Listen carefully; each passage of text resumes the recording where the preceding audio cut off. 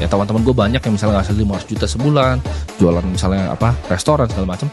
Tapi begitu ditanya uangnya mana, nggak punya uang, karena dia nggak ngerti yang nomor 5, yaitu menyimpan. Caranya gimana? Ini end game-nya nih, menyimpan. Gue kebetulan hoki karena hobi gue adalah sebenarnya di market. Jadi gue berbisnis seperti ini, tapi gue bisa selalu menyimpan uang gue dari usia gue masih sangat kecil. Jadi gue agak berbeda dengan orang lain ya. Gue umur 19 tahun, gue udah kenal hampir semua owner sekuritas di Indonesia. Gue tuh jadi golden boy-nya di market Indonesia. Itu umur 19 tahun, semua orang udah kenal gue, semua bandar udah kenal gue. Jadi prinsip yang gue pelajari apa? Yang pertama ya, kalian harus pahami bahwa uang kertas itu cuma dicetak, nothing more ya. Itu cuma medium of exchange, dipakai untuk kita menukar suatu value. Kalau kita tanya misalnya ekonom ya, mereka akan jawab bahwa uang kertas ya itu adalah medium of exchange dan titik. Mereka nggak akan mikir secara first principle apa itu uang kertas. Nah tapi gue akan kasih tau kalian, ini uang tuh nggak berguna ya. Mereka cuma cetak, itu nggak ada basisnya sama sekali, nggak ada emasnya sama sekali. Simpannya kemana? Jadi ini orang kaya itu paham sekali akan ini ya. Uang tuh nggak akan pernah hilang, uang akan selalu ada di sini, akan selalu jadi medium of exchange ya. Tapi uang sendiri itu adalah format dari energi ekonomi. Maksudnya apa? Ketika kita punya medium of exchange dari